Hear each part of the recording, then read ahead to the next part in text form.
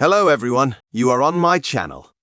Perceptions of certain events can be questioned, changed, and new interpretations found.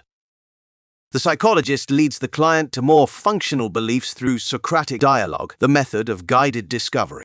And today we are going to deal with Maria's problem about her difficult relationship with her husband. Hello Maria, what is your problem? When my husband and I got together, I was 17 years old and he was 30.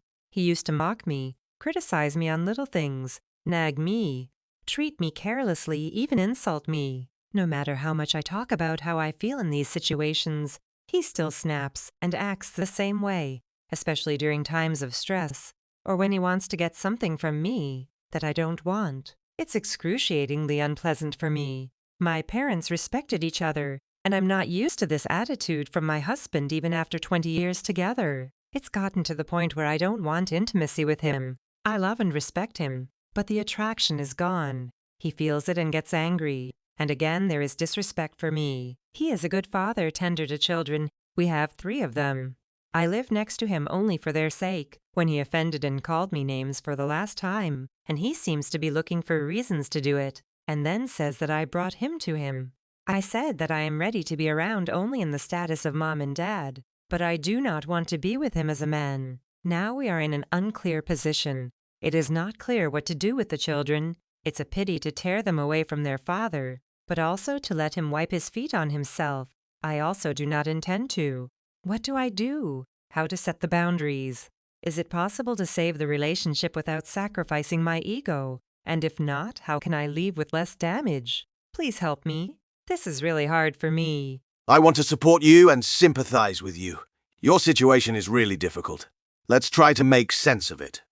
After reading your post, I have an idea that your husband's relationship pattern is one of abuse. Ridicule, nagging, carelessness, or insults are all forms of expressions of aggression. From your description, it sounds like he's using these techniques to pressure you. This is his way of coping with stress and getting what he wants even if he knows you don't want it. But expressing aggression is not a problem in itself. It's how we protect our boundaries and interests.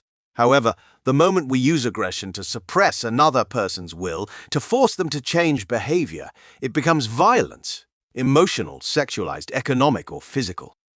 Do you think it is possible to build a harmonious relationship with a person who uses such methods of getting what he wants? Or to save the ones you have without sacrificing your ego? Trying to build a dialogue with an abuser is like negotiating with terrorists. The rules of the game will change on the fly, and the responsibility for his actions will belong to you. You brought him to it.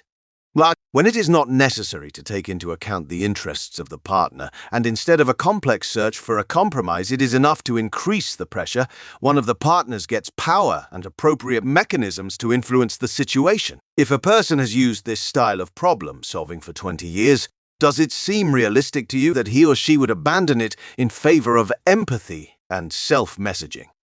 The way a child behaves at school with classmates can pretty accurately predict how the communication system at home is structured. The way we express emotions, react under stress, build and maintain relationships, we will see a little later in children as well. I am afraid that you will not be able to hide from them the artificiality, half-heartedness, some facade of relationships in which there is no respect.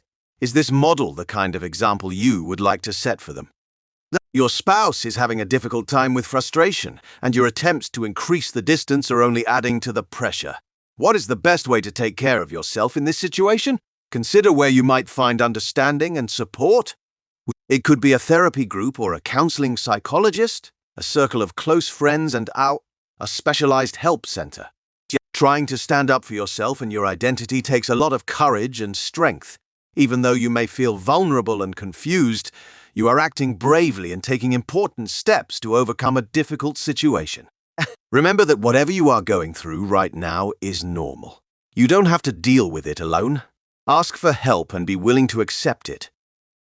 Thanks for watching. Don't forget to subscribe and put a like if you like this video. Good luck to everyone and see you soon.